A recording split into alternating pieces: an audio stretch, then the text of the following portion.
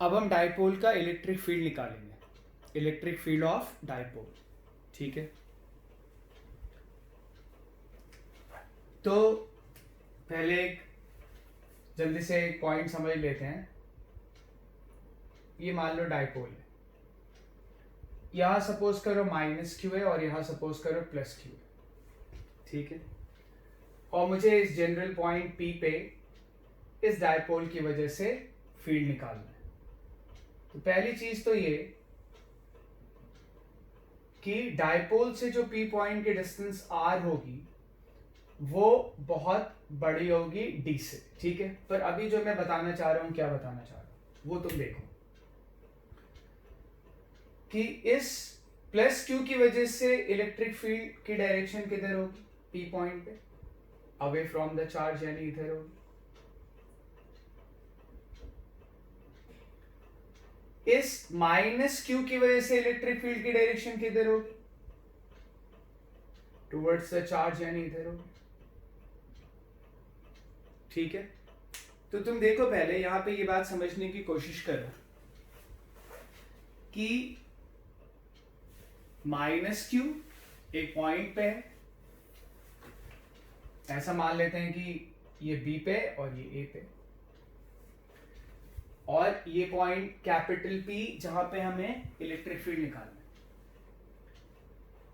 तो 3 पॉइंट है,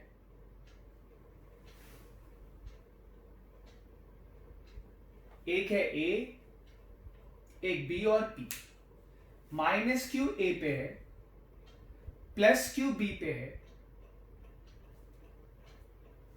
और एक पॉइंट है पी जहां पे मुझे इलेक्ट्रिक फील्ड निकालना है। मैं ये कहना चाह रहा हूं कि ए, बी और पी 3 पॉइंट हमेशा ही एक प्लेन में लाई करते हैं। 3 पॉइंट हमेशा ही एक प्लेन में लाई करते हैं। जैसे यहां पे ये तीनों पॉइंट किस प्लेन में लाई कर रहे हैं, इस व्हाइट बोर्ड के प्लेन में लाई कर रहे हैं। ठीक है, तो ये एक पॉइंट था। तुम चाहो तो रिवाइंड करके इसको एक बार सुन लो दोबारा से। मुझे पी पॉइंट पे इलेक्ट्रिक फील्ड निकालना है, तो मैंने बी पे रखे प्लस क्यू की वजह से इलेक्ट्रिक फील्ड की डायरेक्शन दिखा रखा है प्लस, ए पे रखे माइनस क्यू की वजह से पी पॉइंट पे फील्ड दिखा रखा है ई माइनस। तो क्लियरली पॉजिटिव चार्ज का फील्ड और नेगेटिव चार्ज का फील्ड भी इसी प्लेन में। किस प्लेन में, व्हाइट बोर्ड के प्लेन में। जिस प्लेन में minus Q, plus Q and the point P जहां पे हमें इलेक्ट्रिक फील्ड निकालना है, ये तीनों जिस प्लेन में है ना, उसी प्लेन में E प्लस है, उसी प्लेन में E माइनस है, उसी प्लेन में E प्लस है और उसी प्लेन में E माइनस है। क्लियर है ये? अब E प्लस और E माइनस दोनों बोर्ड के प्लेन में, तो भाई इन दोनों वेक्टर्स को जब ऐड करोगे तो रिजल्टेंट इलेक्ट्रिक फील्ड आएगा। और दो वेक्टर जब किसी प्लेन में हैं, दो वेक्टर जब किसी प्लेन में ऐड कैसे करोगे, पैरेललोग्राम लॉ से कर लो। ये E माइनस आया इधर, ये E प्लस है, पैरेललोग्राम कंप्लीट हो गया, ये रिजल्टेंट फील्ड की डायरेक्शन आ गई, ये रिजल्टेंट फील्ड हो गया, ये E माइनस, ये E प्लस। ऐसे तो पैरेललोग्राम लॉ से वेक्टर को ऐड करते हैं। तो E प्लस बोर्ड के प्लेन में है, E माइनस बोर्ड के प्लेन में है, तो E वेक्टर भी कहां पे आएगा, in the plane of the board. Clear है? E वेक्टर भी कहां पे आएगा, in the plane of the board. अब हमें ये क्लैरिटी हो गई कि जो रिजल्टेंट फील्ड है वो बोर्ड के प्लेन में। ठीक है, बोर्ड का प्लेन मतलब जिस प्लेन में पॉजिटिव चार्ज होगा, जिस प्लेन में पॉजिटिव चार्ज, नेगेटिव चार्ज और वो पॉइंट पी जहां पे मुझे फील्ड निकालना है, वो तीनों एक ही प्लेन में। उसी प्लेन में E प्लस है, उसी प्लेन में E माइनस है, और उसी प्लेन में फिर रिजल्टेंट इलेक्ट्रिक फील्ड होगा। तो यहां पे दरअसल मैंने ये डाइपोल बना दिया, ये डाइपोल बना दिया। यहां पे माइनस क्यू चार्ज इस पॉइंट ए पे माइनस क्यू चार्ज, इस पॉइंट बी पे प्लस क्यू चार्ज, इनके बीच की डिस्टेंस d, डायपोल का मिड पॉइंट O, तो क्लियरली ये डिस्टेंस d/2 और ये वाली डिस्टेंस भी d/2। मिड पॉइंट से B की डिस्टेंस भी d/2 और मिड पॉइंट से A की डिस्टेंस भी d/2। और हमें जहां पे फील्ड निकालना है वो पॉइंट बहुत दूर है, उस पॉइंट की डायपोल से डिस्टेंस, उस पॉइंट की डायपोल से डिस्टेंस r, उस पॉइंट की डायपोल से डिस्टेंस r बहुत ज्यादा है in comparison to d। r is very very much greater than d। ये है वो पॉइंट p जो है वो बहुत दूर है in comparison to distance between the 2 point charges। वो पॉइंट P यहां, ठीक है, ये कैपिटल P, ये एंगल थीटा मान लेते हैं, ठीक है। अच्छा, मुझे इलेक्ट्रिक फील्ड निकालना है, समझना अच्छे से, मुझे इलेक्ट्रिक फील्ड निकालना है P पॉइंट पे। इलेक्ट्रिक फील्ड एक वेक्टर क्वांटिटी होती है, इलेक्ट्रिक फील्ड एक वेक्टर क्वांटिटी होती है। वेक्टर क्वांटिटी के 3 कंपोनेंट हो सकते हैं, 3 म्यूचुअली परपेंडिकुलर कंपोनेंट हो सकते हैं। आ रही बात समझ में? इलेक्ट्रिक फील्ड के 3 म्यूचुअली परपेंडिकुलर कंपोनेंट हो सकते हैं ना, एक x के अलॉन्ग, एक y के अलॉन्ग, एक z के अलॉन्ग, 4 कंपोनेंट तो नहीं हो सकते। ये बात क्लियर है? तो जो वेक्टर क्वांटिटी है इलेक्ट्रिक फील्ड, उसके 3 म्यूचुअल परपेंडिकुलर कंपोनेंट होंगे। अगर हमने तीनों म्यूचुअली परपेंडिकुलर कंपोनेंट निकाल लिया यानी इलेक्ट्रिक फील्ड निकाल लिया, ठीक है। अच्छा, पर जो इलेक्ट्रिक फील्ड है हमारा, अभी हमने एनालाइज किया था वो बोर्ड के प्लेन में, इलेक्ट्रिक फील्ड बोर्ड के प्लेन में। अगर इलेक्ट्रिक फील्ड बोर्ड के प्लेन में, जैसे 3 कंपोनेंट कौन कौन से हो सकते हैं भाई? 3 कंपोनेंट कोई कह सकता है, एक x कंपोनेंट होता है, एक उसके परपेंडिकुलर y कंपोनेंट होगा और एक उसके परपेंडिकुलर z कंपोनेंट होगा। ये वाला, ये x कंपोनेंट, ये y कंपोनेंट और ये z कंपोनेंट। क्लियर है? ये x और y बोर्ड के प्लेन में और z बोर्ड के प्लेन के परपेंडिकुलर, यही 3 किसी वेक्टर के, यही 3 म्यूचुअली परपेंडिकुलर कंपोनेंट हो सकते हैं। लेकिन P पॉइंट पे जो इलेक्ट्रिक फील्ड है वो बोर्ड के प्लेन में, P पॉइंट पे जो इलेक्ट्रिक फील्ड है वो बोर्ड के प्लेन में। क्लियर है ये? तो बोर्ड के प्लेन में तो उसका z कंपोनेंट कितना है? 0। उसका z कंपोनेंट कितना है? 0। ये हमें पता है कि P पॉइंट पे इलेक्ट्रिक फील्ड बोर्ड के प्लेन में, और अगर P पॉइंट पे इलेक्ट्रिक फील्ड बोर्ड के प्लेन में है तो उसका z कंपोनेंट कितना है? 0। आ रही बात समझ में? यानी हमें 2 ही कंपोनेंट निकालने हैं इलेक्ट्रिक फील्ड, एक 2 ही म्यूचुअली परपेंडिकुलर कंपोनेंट निकालने इलेक्ट्रिक फील्ड के। ये बात समझ आ रही है? और अगर हमने ये दोनों mutually perpendicular component electric field का निकाल लिया यानी इलेक्ट्रिक फील्ड आ गया, ठीक है। अब कैसे निकालें ये दोनों म्यूचुअली परपेंडिकुलर कंपोनेंट? तो हमें x के अलॉन्ग निकालना है, y के अलॉन्ग निकालना है, और x और y दोनों बोर्ड के प्लेन में। z बोर्ड के प्लेन के परपेंडिकुलर हमने लिया था, हम तो किधर भी x, y और z ले सकते हैं ना, तो z हमने बोर्ड के परपेंडिकुलर लिया था, तो इलेक्ट्रिक फील्ड का z कंपोनेंट तो कितना है? 0। और x y मैं बोर्ड के प्लेन में कहीं पे भी ले सकता हूं, बस ये होना चाहिए कि ये म्यूचुअली परपेंडिकुलर होना चाहिए, ठीक है। x और y म्यूचुअली परपेंडिकुलर होना चाहिए। ये r है, दिस इज r। अब यहां पे अगर तुम देखो,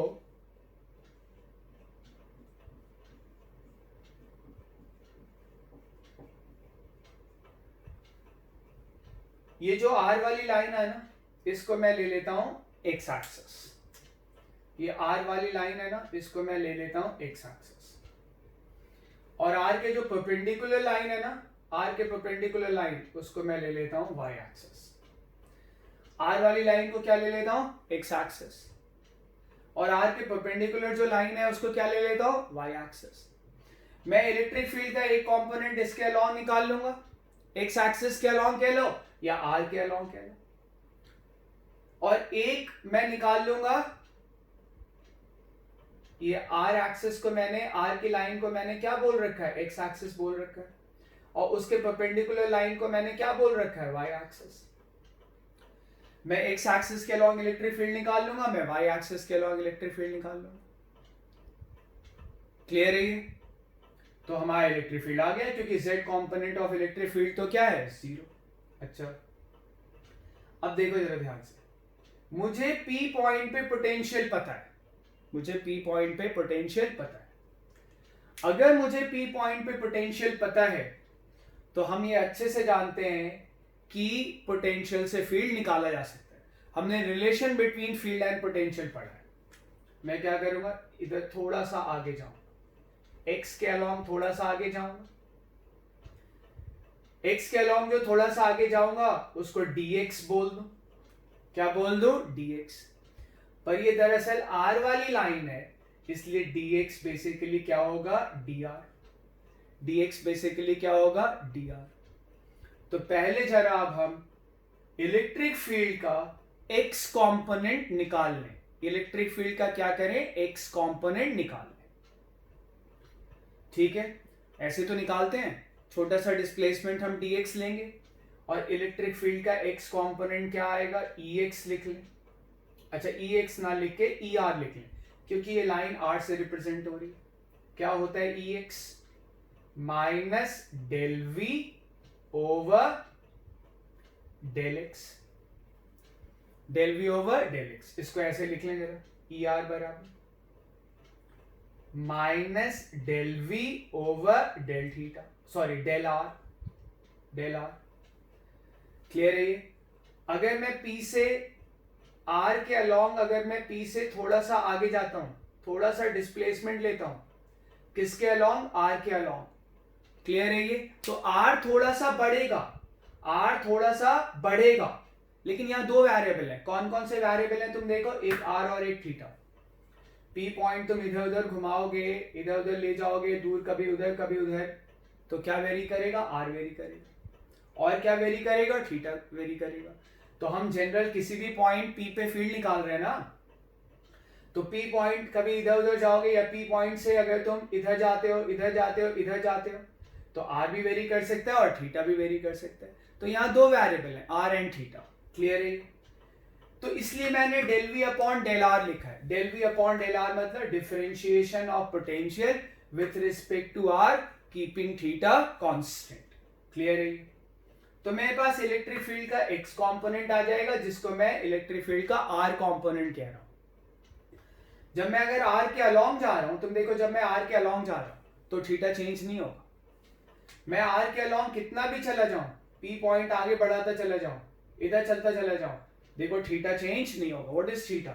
theta is angle between dipole moment and this line OP. अगर मैं आर के अलोंग मूव करता हूं तो तुम देखो थीटा चेंज नहीं होगा। क्लियर है ये?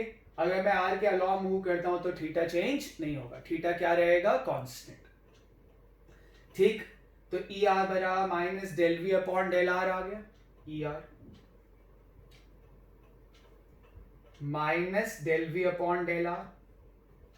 अच्छा, हमें पता है कि P पॉइंट पे पोटेंशियल क्या होता है, P पॉइंट पे पोटेंशियल होता है K P cos theta upon R Q,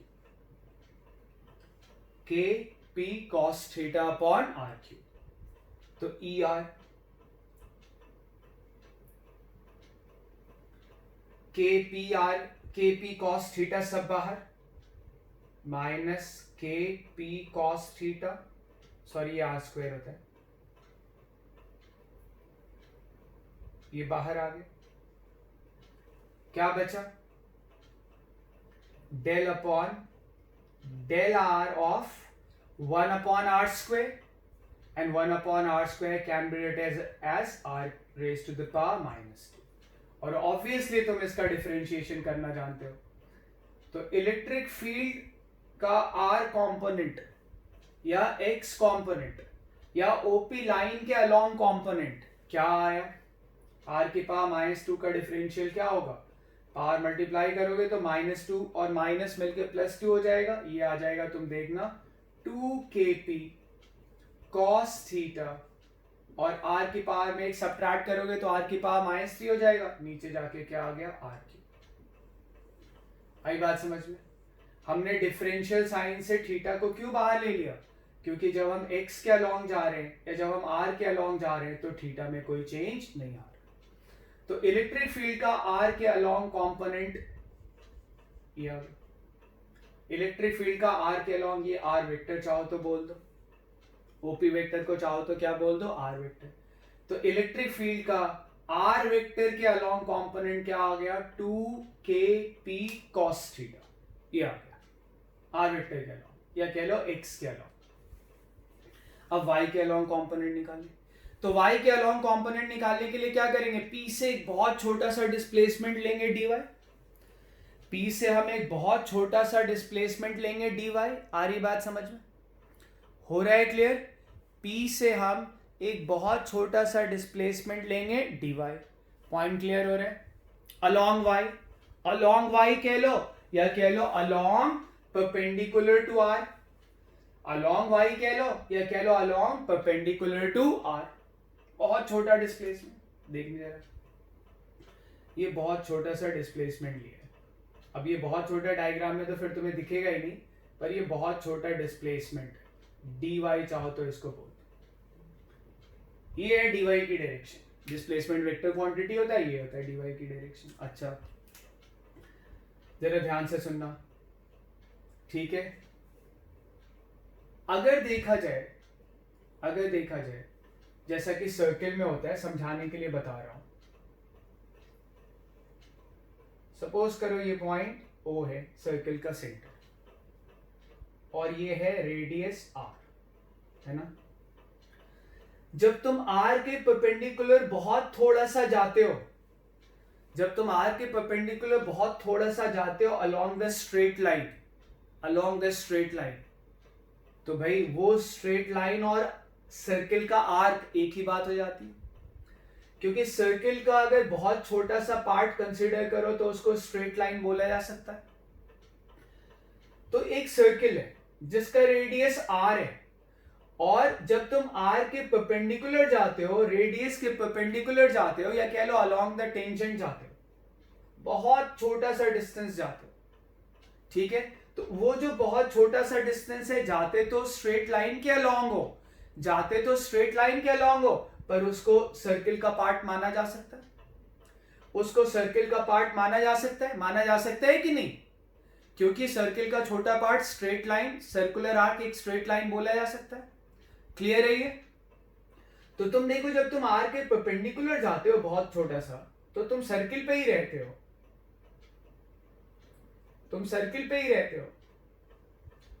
ठीक है? जब तुम आर के परपेंडिकुलर मूव करते हो, ये बहुत छोटा एंगल डी थीटा है। देखो तुम ज्यादा चले जाओ तो सर्किल पे रहोगे ही नहीं, पर अगर बहुत स्मॉल जाते हो रेडियस के कंपैरिजन में अगर बहुत स्मॉल जाते हो, इन्फिनिटेसिमली स्मॉल डिस्प्लेसमेंट लेते हो, तो वो छोटा डिस्प्लेसमेंट भले ही स्ट्रेट लाइन है, उसको हम सर्किल का पार्ट मान सकते हैं।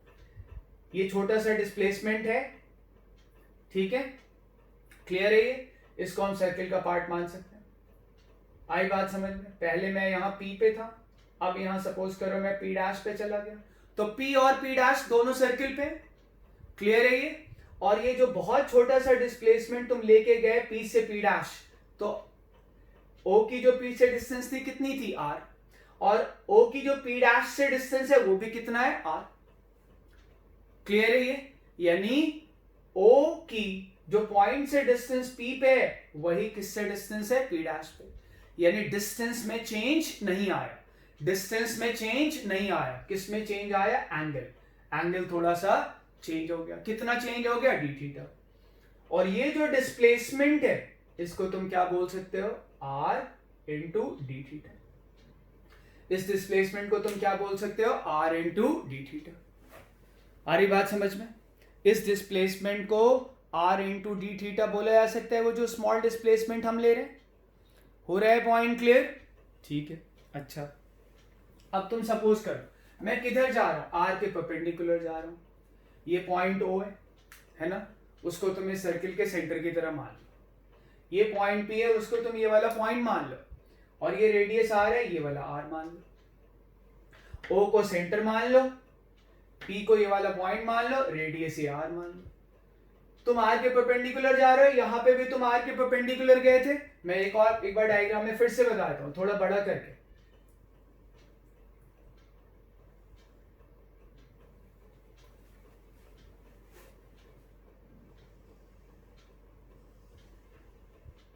ये सर्किल बना लिया,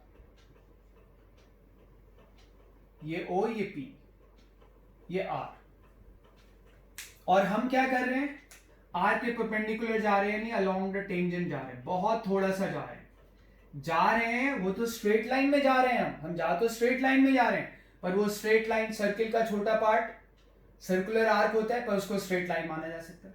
P से कहां पहुंच गए, P डैश पे, एक छोटा सा डिस्प्लेसमेंट लिया। P से हम P डैश पे पहुंच गए, तो पहले जहां पे थे उसकी O से डिस्टेंस कितनी थी, R।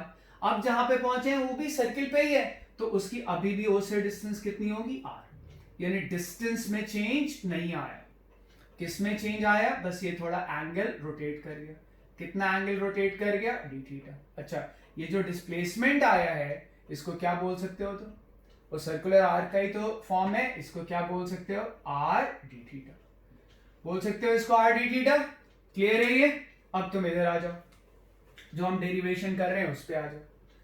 जो हम डेरिवेशन कर रहे हैं अगर तुम उस पे आ जाओ तो देखो, ये सेंटर, ये O, ये रेडियस R, ये रेडियस R, मतलब R रेडियस की तरह ट्रीट करो, और ये पॉइंट P, ये पॉइंट P। हम जा किधर रहे हैं, R के परपेंडिकुलर। R को तो एक्स एक्सिस माना था, उसके अलोंग हम कंपोनेंट इलेक्ट्रिक फील्ड का निकाल चुके हैं। अब हम इलेक्ट्रिक फील्ड का y कंपोनेंट निकालना चाहते हैं, या कह लो R के परपेंडिकुलर कंपोनेंट निकालना चाहते हैं। तो जब हमें x कंपोनेंट निकालना था तो हमने छोटा सा डिस्प्लेसमेंट dx लिया। अब जब y कंपोनेंट निकालना है तो हम छोटा सा डिस्प्लेसमेंट dy लेंगे। हमने छोटा सा डिस्प्लेसमेंट क्या लिया, dy। क्लियर हो रहा है? अच्छा, किधर ले रहे हैं, r के परपेंडिकुलर ले रहे हैं। Displacement is perpendicular to r, बहुत छोटा है, r के परपेंडिकुलर है, जैसे यहां था, बहुत छोटा डिस्प्लेसमेंट r के परपेंडिकुलर। क्लियर है ये? तो ये डिस्प्लेसमेंट dy हो गया। ये डिस्प्लेसमेंट मैंने क्या लिख दिया, dy। जरा मैं er को यहां लिख देता हूं, er को यहां लिख देता हूं। er कितना है, 2kp cos theta over r cube. ये इलेक्ट्रिक फील्ड का r के अलोंग कंपोनेंट है, ठीक है। और अब मैं क्या कर रहा हूं, अब मैं इलेक्ट्रिक फील्ड का y के अलोंग कंपोनेंट निकाल रहा हूं, y के अलोंग कंपोनेंट निकाल रहा हूं।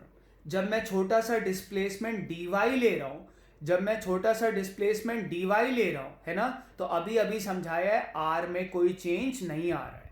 किस में चेंज आ रहा है, थीटा में चेंज आ रहा है। कितना चेंज आएगा, बहुत थोड़ा सा चेंज, उसको डी थीटा बोल सकते हैं। तो अब जरा हम इलेक्ट्रिक फील्ड का y कंपोनेंट निकालें। तो फॉर्मूला क्या है, EY क्या होता है, minus del V over del Y, minus del V over del Y, ठीक है। अच्छा, जब y के अलोंग जा रहे हो तो r तो चेंज नहीं हो रहा है ना, खाली क्या चेंज हो रहा है, थीटा चेंज हो रहा है, इसलिए हम उसको theta component of electric field बोलते हैं। क्या बोल रहे हैं, theta component of electric field, ठीक है। Minus del V over del Y that is dy। Clear है ये? अच्छा, dy क्या है, वो छोटा सा डिस्प्लेसमेंट। तुम सर्किल को रिफर करो, उस छोटे से डिस्प्लेसमेंट को मैं क्या बोल सकता हूं, आर डी थीटा। तो क्योंकि दो वेरिएबल इन्वॉल्व हैं, ठीक है, और जब हम छोटा सा डिस्प्लेसमेंट dy ले रहे हैं तो r कांस्टेंट रह रहा है, सिर्फ थीटा चेंज हो रहा है, इसलिए डी थीटा ना लिख के मैंने क्या लिखा है, डेल थीटा, और कोई फर्क नहीं, तुम चाहो तो इसको डी थीटा लिख दो। तो थीटा कंपोनेंट क्या आया, minus del V upon R into del theta. और जब हम डिस्प्लेसमेंट ले रहे हैं अलोंग परपेंडिकुलर टू आर, या कह लो अलोंग वाई, या कह लो अलोंग थीटा, ठीक है, तो आर क्या रह रहा है, constant, minus 1 upon R del upon del theta of v, and what is v? v is उस पॉइंट पे p पे, है ना, p पे पोटेंशियल कितना है, kp cos theta upon r square, ये है पोटेंशियल, ये थीटा कंपोनेंट है। और देखा जाए तो थीटा कंपोनेंट कितना आया, r स्क्वायर तो कांस्टेंट है, बाहर चला जाएगा, ठीक है, सीधे सीधे क्या हो जाएगा, 1 अपॉन आर क्यूब, के भी कांस्टेंट है, पी भी कांस्टेंट है, सिर्फ थीटा वेरिएबल है अभी, जब हम y के अलोंग डिस्प्लेसमेंट ले रहे हैं, तो cos थीटा का डिफरेंशियल क्या आएगा, minus sine theta, cos theta का डिफरेंशियल क्या आएगा, माइनस साइन थीटा। तो थीटा कंपोनेंट क्या आ गया, थीटा कंपोनेंट आ गया minus minus plus K P sine theta, K P sine theta upon R Q, ये थीटा कंपोनेंट आ गया, K P sine theta upon R Q. Clear है, ये theta component along the theta है और R component along the R है। Clear है ये, तो हमने आर कंपोनेंट भी निकाल लिया और हमने थीटा कंपोनेंट भी निकाल लिया। तो अब ये दोनों कंपोनेंट म्यूचुअली परपेंडिकुलर है, ये दोनों कंपोनेंट क्या है, म्यूचुअली परपेंडिकुलर। तो क्लियर सी बात है भाई, रिजल्टेंट इलेक्ट्रिक फील्ड का मैग्नीट्यूड क्या आएगा, आर कंपोनेंट का स्क्वायर प्लस थीटा कंपोनेंट का स्क्वायर, आर कंपोनेंट का स्क्वायर प्लस थीटा कंपोनेंट का स्क्वायर। क्लियरली आर कंपोनेंट का स्क्वायर और थीटा कंपोनेंट का स्क्वायर तुम आसानी से अब कर सकते हो, ठीक है। आर में और थीटा में दोनों में क्या कॉमन है, केपी अपॉन आर क्यूब, तुम कर लेना, ये मैं पूरा अब कैलकुलेशन क्या बताऊंगा, केपी अपॉन आर क्यूब, और अंडर रूट के अंदर जब तुम सिंप्लीफाई करोगे, इधर पहले तो आएगा 4 कॉस स्क्वायर थीटा, और इस वाले में क्या आएगा, साइन स्क्वायर थीटा, क्या आएगा, साइन स्क्वायर थीटा। और जब तुम इसको फर्दर सिंप्लीफाई करोगे ना, तो जो रिजल्टेंट इलेक्ट्रिक फील्ड आएगा, जो रिजल्टेंट इलेक्ट्रिक फील्ड आएगा eight the point P, resultant electric field at the point P, वो बस मैं फाइनली इस तरह से लिख देता हूँ। Resultant electric field at the point P जो आ रहा है, उसका मैग्नीट्यूड है kp upon R cube under root, एक कॉस स्क्वायर थीटा और साइन स्क्वायर थीटा मिलकर 1 हो जाएंगे, और 3 कॉस स्क्वायर थीटा बचा रह जाए। ये मैंने कैलकुलेशन ज़्यादा एक्सप्लेन नहीं किया है, मैंने कहा है वीडियो लेक्चर देखा करो तो कॉपी पेन लेके देखा करो, और वो अब तुम यहाँ तक मैंने बता दिया, उसके बाद मैंने डायरेक्ट लिख दिया, ठीक है। तो ये हमने निकाला है इलेक्ट्रिक फील्ड, ये हमने निकाला है electric field due to a dipole, ठीक है। और इसमें अजम्पशन ये है कि R is much much greater than D, ठीक है। इसमें थोड़ा सा मैथमेटिक्स इन्वॉल्व था, थोड़ी बहुत मैथमेटिक्स इन्वॉल्व थी भाई, X component of electric field, Y component of electric field वगैरह इसमें इन्वॉल्व था, ठीक है। तो इसका मैं तुम्हें एक ऑल्टरनेट डेरिवेशन भी बताऊंगा, पर वो अभी नहीं, अगले वीडियो लेक्चर में। अभी जो हमने सीखा है जरा उसको मैं समराइज कर लूं। ये हमारे पास इलेक्ट्रिक डाइपोल कहां पे रखा है, O पे, टेल पे माइनस क्यू और हेड पे क्या माना जाएगा, प्लस क्यू। और हमें जो है, हमें हमने यहाँ पे दूर कहीं पे, ठीक है, such that R is much much greater than D, ठीक, D क्या है, इनके बीच की डिस्टेंस।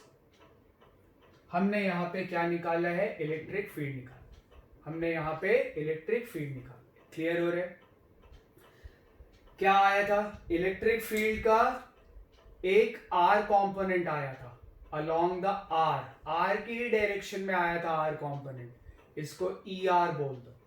क्लियर है ये, थीटा हम किधर से ले रहे हैं, डायपोल से आर की तरफ। जैसे यहाँ पे थीटा क्या है, एंटी क्लॉकवाइज, ठीक है, थीटा क्या है, एंटी क्लॉकवाइज, ठीक।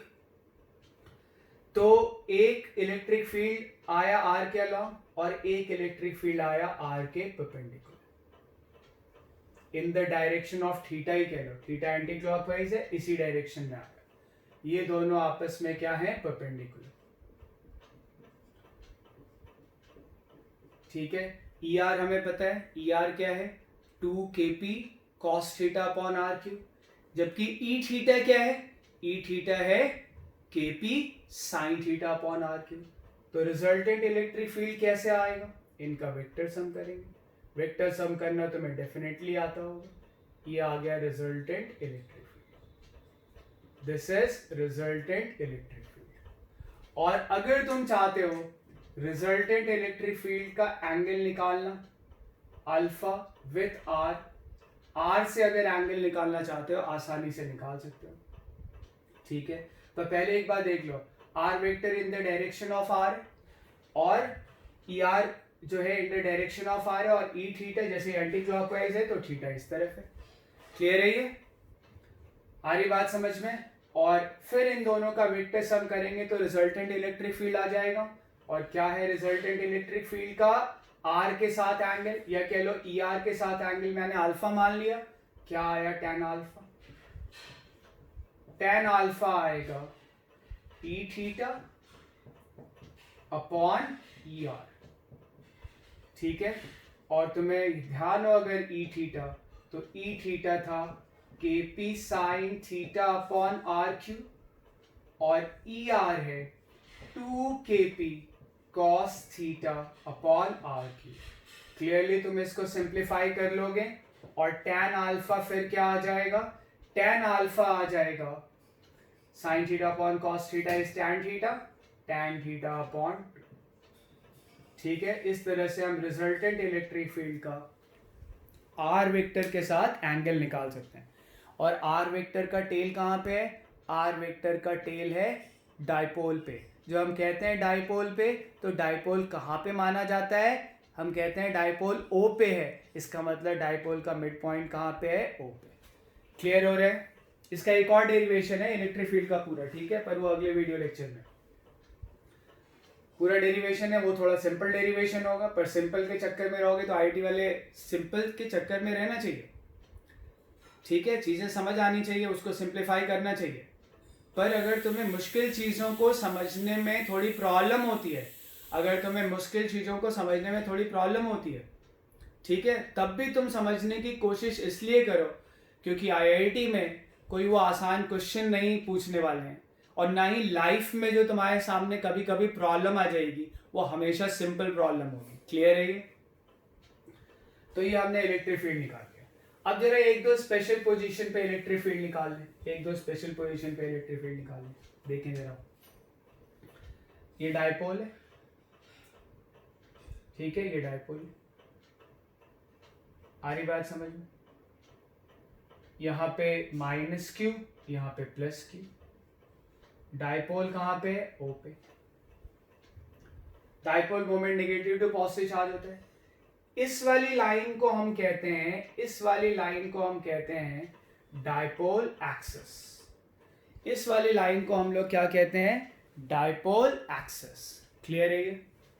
इस वाली लाइन को हम डायपोल एक्सिस कहते हैं। और मैं यहाँ पे तुम्हें कुछ समझाना चाह रहा हूँ। देखो, हम जरा डायपोल एक्सिस पे electric field on the dipole axis, यहाँ हेडिंग भी डाल देता हूँ, electric field on dipole axis, electric field on dipole axis, ठीक है। तो ये मैं डायपोल बना लूँ, ये छोटा सा मैंने डायपोल बना लिया। डायपोल को इस तरह से बनाया, यानी डायपोल मोमेंट की डायरेक्शन इधर है, ठीक है। और डायपोल एक्सिस पे हम इलेक्ट्रिक फील्ड की डायरेक्शन देखें, ये पॉइंट आ गया, डायपोल यहां पे, ये पॉइंट यहां पे, ठीक है। दो कंपोनेंट होते हैं, एक आर कंपोनेंट होता है आर वेक्टर की डायरेक्शन में, एक आर कंपोनेंट होता है आर वेक्टर की डायरेक्शन में। अच्छा, आर वेक्टर क्या है यहाँ पे? आर वेक्टर यहाँ पे ये है आर वेक्टर, जिसका टेल डाइपोल पे होगा और हेड पॉइंट पी पे होगा। आर कंपोनेंट होता है आर वेक्टर की डायरेक्शन में, कितना होता है आर कंपोनेंट? आर कंपोनेंट का फॉर्मूला है 2kp cos theta upon R cube. अच्छा, अब यहां ध्यान से देखो, तो आर वेक्टर होता है, सॉरी ई आर वेक्टर होता है आर वेक्टर की डायरेक्शन में। आर वेक्टर इधर है, आर वेक्टर इधर है, तो ई आर वेक्टर इधर ही होना चाहिए, आर वेक्टर की डायरेक्शन में होना चाहिए, होना चाहिए। अब देखो जरा तुम, पी वेक्टर ये डायपोल मोमेंट है और ये आर वेक्टर है, ये डायपोल मोमेंट वेक्टर है और ये आर वेक्टर है। तो पी वेक्टर और आर वेक्टर सेम डायरेक्शन में, यानी थीटा कितना है? 0। डायपोल एक्सिस पे थीटा 0 आ गया। ई आर कितना आया? ई आर आया 2kp upon R cube. E R कितना आया? 2kp upon R cube. अच्छा, ई आर वेक्टर की डायरेक्शन किधर होती है? ई आर वेक्टर की डायरेक्शन होती है आर वेक्टर की direction. R vector towards right है, यानी ये ई आर वेक्टर की डायरेक्शन है। ई आर वेक्टर इधर हो गया, क्लियर है? ये ई आर वेक्टर इधर हो गया। आई बात समझ में? इधर हो गया मतलब राइट में हो गया। डायपोल मोमेंट भी किधर है? राइट में ही भी। तो हम electric field on dipole axis लिख रहे हैं, ठीक है? तो electric field on dipole axis किधर आया? इन the direction of dipole moment.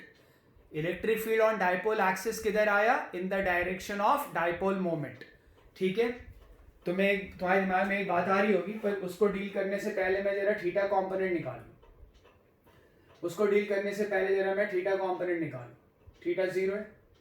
Theta component का फॉर्मूला क्या है?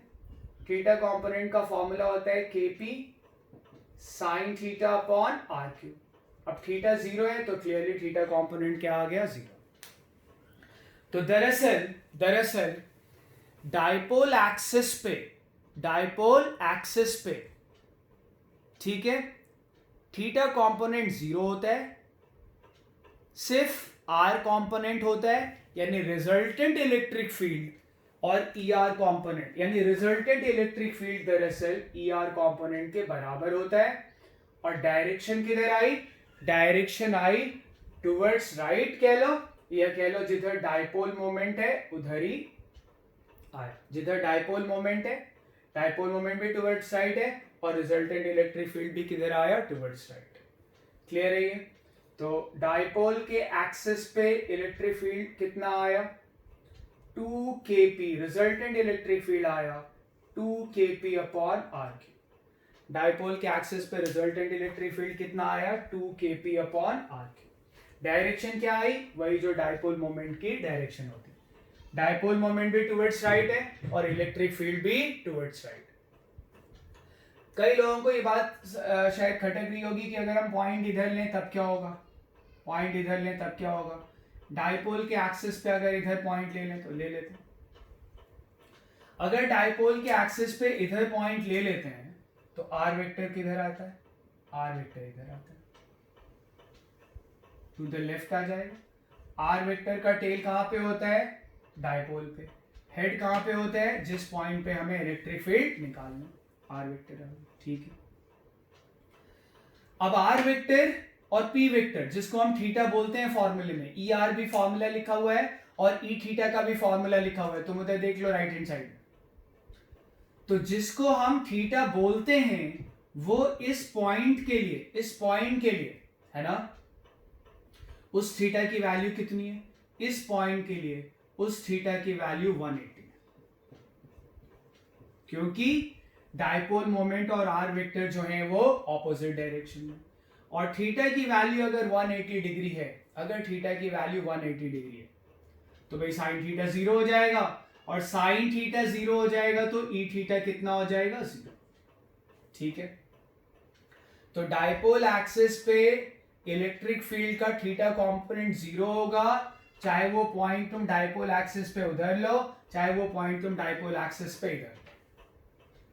क्लियर? ठीक है। अब आर कंपोनेंट की बात करें। मैंने तुमसे क्या कहा है बार बार कि r कंपोनेंट होता है in the direction of r, r component होता है in the direction of r, r component होता है in the direction of r, क्योंकि थीटा कंपोनेंट 0 है यानी रिजल्टेंट ER होगा। भाई रिजल्टेंट फील्ड क्या होता है, ER कंपोनेंट और E थीटा कंपोनेंट का वेक्टर सम, यही तो हमने रिजल्टेंट निकाला था। रिजल्टेंट वेक्टर हमने ऐसे ही तो निकाला था, ER square plus E theta square. अब E थीटा अगर 0 है, E थीटा अगर 0 है तो रिजल्टेंट क्या आएगा, अंडर रूट ER स्क्वायर, और result under root ER square मतलब ER। ठीक है, क्योंकि E थीटा 0 है इसलिए रिजल्टेंट इलेक्ट्रिक फील्ड ER आ गया।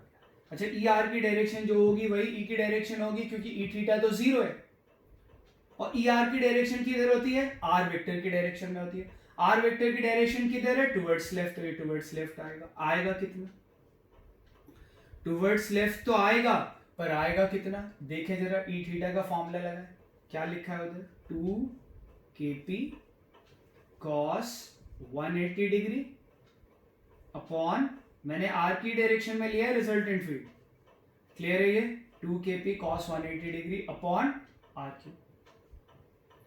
क्या आया E आया माइनस 2 kp, क्योंकि cos 180 माइनस 1 होता है, अपॉन R क्यूब। ये आ गया इलेक्ट्रिक फील्ड, क्लियर है। अब ये इलेक्ट्रिक फील्ड आया तो इलेक्ट्रिक फील्ड का मैग्नीट्यूड तो नेगेटिव होता नहीं है, मैग्नीट्यूड तो हमेशा पॉजिटिव होगा, तो ये नेगेटिव दरअसल क्या बता रहा होगा, डायरेक्शन। क्या बता रहा होगा, डायरेक्शन।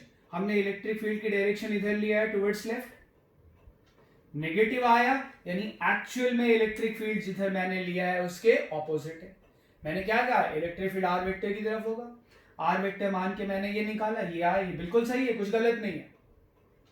आर वेक्टर की डायरेक्शन में इतना फील्ड है, आर वेक्टर की डायरेक्शन में इतना फील्ड है, पर अब हम इसको इंटरप्रेट कर लेंगे। हम कहेंगे आर वेक्टर की डायरेक्शन में इतना फील्ड है, इसका मतलब ये तो दरअसल मैग्नीट्यूड है और ये डायरेक्शन बता रहा है, यानी इलेक्ट्रिक फील्ड की डायरेक्शन नेगेटिव है।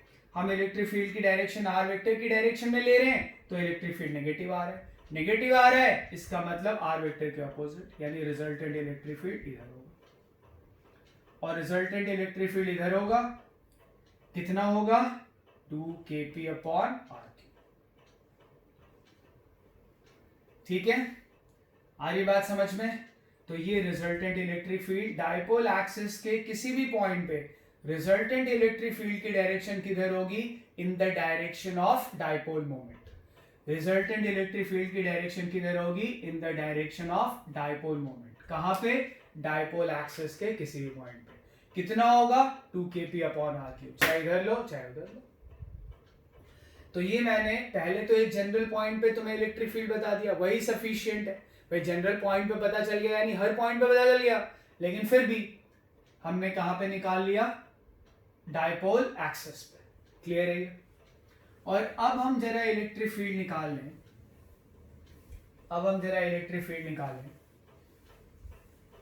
डाइपोल के परपेंडिकुलर बाइसेक्टर पे, डाइपोल के परपेंडिकुलर बाइसेक्टर पे ऑन द इक्वेटोरियल प्लेन बोलते हैं, क्योंकि दोनों से उसकी डिस्टेंस सेम होगी, है दरअसल perpendicular bisector on the equatorial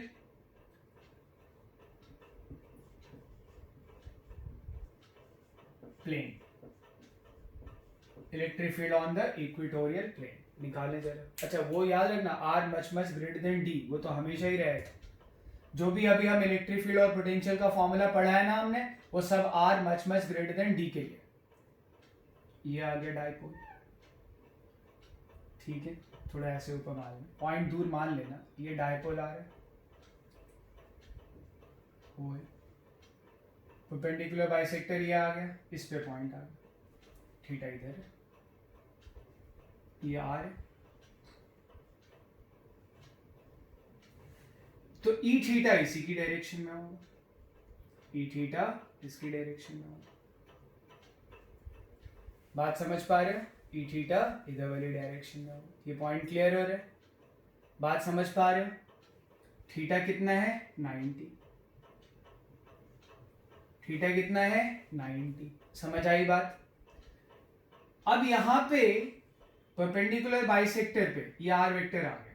theta हम क्या बोलते हैं, थीटा हम बोलते हैं डाइपोल मोमेंट, और आर वेक्टर के बीच के एंगल को थीटा बोलते हैं। थीटा पाई बाई 2 आ गया, और थीटा की डायरेक्शन में क्या आएगा, ई थीटा कॉम्पोनेंट। थीटा की डायरेक्शन में क्या आएगा, ई थीटा कॉम्पोनेंट। पर जरा ई आर देख लो पहले, ई आर क्या फॉर्मूला है, 2kp cos theta upon R cube. अब थीटा 90 है तो ई आर कितना हो गया 0। थीटा 90 है तो ई आर कितना हो गया 0। दो कंपोनेंट में एक कंपोनेंट 0 हो गया, तो रिजल्टेंट इलेक्ट्रिक फील्ड दरअसल क्या हो गया, theta component. Resultant electric field theta component के बराबर हो गई, क्योंकि ई आर क्या हो गया 0। दो कंपोनेंट में एक 0 हो गया, तो रिजल्टेंट उसी कंपोनेंट के तो बराबर हो जाएगा। अभी भी बताया था यहां लिख के। तो resultant electric field theta component के बराबर हो गया। थीटा कंपोनेंट कितना है, थीटा कंपोनेंट होता है 2 नहीं होता, kp sin theta upon R cube. kp sin theta upon R cube. And what is theta 90 degree. तो क्या आ गया resultant field, kp upon R cube, kp upon R cube. और डायरेक्शन देख लो, रिजल्टेंट फील्ड की इधर डायरेक्शन है, हो रहा है क्लियर। और ये दरअसल डाइपोल मोमेंट के ठीक ऑपोजिट है। चाहे ऊपर पॉइंट लो चाहे नीचे लो, तुम करके अब देख लेना खुद से। तो इक्वेटोरियल प्लेन पे या परपेंडिकुलर बाइसेक्टर पे जो इलेक्ट्रिक फील्ड होता है, उसकी डायरेक्शन किधर होती है, डाइपोल मोमेंट के ठीक ऑपोजिट। क्लियर है ये। उस इलेक्ट्रिक फील्ड की direction on the perpendicular bisector किधर होती है, डाइपोल मोमेंट के ठीक ऑपोजिट। क्लियर है ये। जबकि इक्वेटोरियल प्लेन पे इलेक्ट्रिक फील्ड किधर होता है, in the direction of dipole moment, चाहे पॉइंट उधर लो चाहे पॉइंट इधर। और इक्वेटोरियल प्लेन पे यानी परपेंडिकुलर बाइसेक्टर पे इलेक्ट्रिक फील्ड की डायरेक्शन किधर होगी, in the opposite direction of dipole moment. Dipole moment की तो डायरेक्शन ये हो गई ना, negative to positive. Arrow dipole moment की डायरेक्शन को डिनोट करता है, और इलेक्ट्रिक फील्ड किधर है, डाइपोल मोमेंट के ठीक ऑपोजिट। चाहे ऊपर पॉइंट लेते चाहे नीचे लेते, उससे फर्क नहीं पड़ता। क्लियर है ये। इसका एक ऑल्टरनेट डेरिवेशन है, वो हम करेंगे। पर अब हम HCV के सारे क्वेश्चंस अटेम्प्ट कर सकते हैं, ठीक है, चाहे वो ऑब्जेक्टिव हो, सब्जेक्टिव हो, चाहे एक्सरसाइजेस, ठीक है।